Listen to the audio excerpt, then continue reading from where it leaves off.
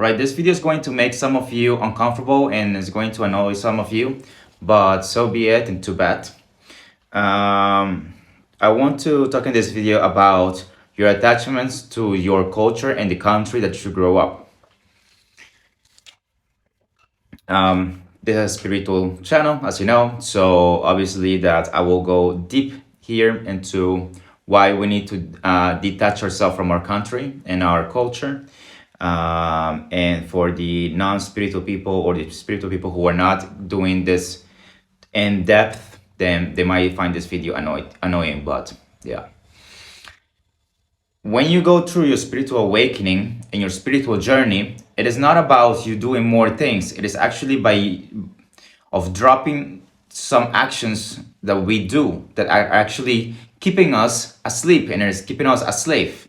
So what are those actions? Well, it will be things that you learn that are erroneous. And well, where do they come from? From your culture, because that's where you grew up, and also from your parents and your family and etc.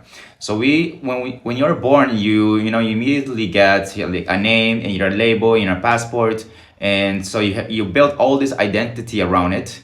But what you need to know is that maybe all of this is actually, hey, it's like a little curse that is put on you. Because if you grow up in a family that is, for example, homophobic, then you're going to also be homophobic to other people. If you grow up in a country that normalizes getting into fights, that is very aggressive in nature, then you're going to think that you should be aggressive too, and you're never going to see the mistake in yourself. If there are so many countries, and I don't want to, I love people from all the countries. I really do. I really, really do. I feel like I'm an expat. I don't attach myself to any country, not even to my own lineage, because I see in them also the mistakes. But so the task for you is for you to analyze which mistakes your country has too. And it will be very humbling if you could just accept that that our countries are not perfect. And the things that we are taught as a kid sometimes does more harm than good.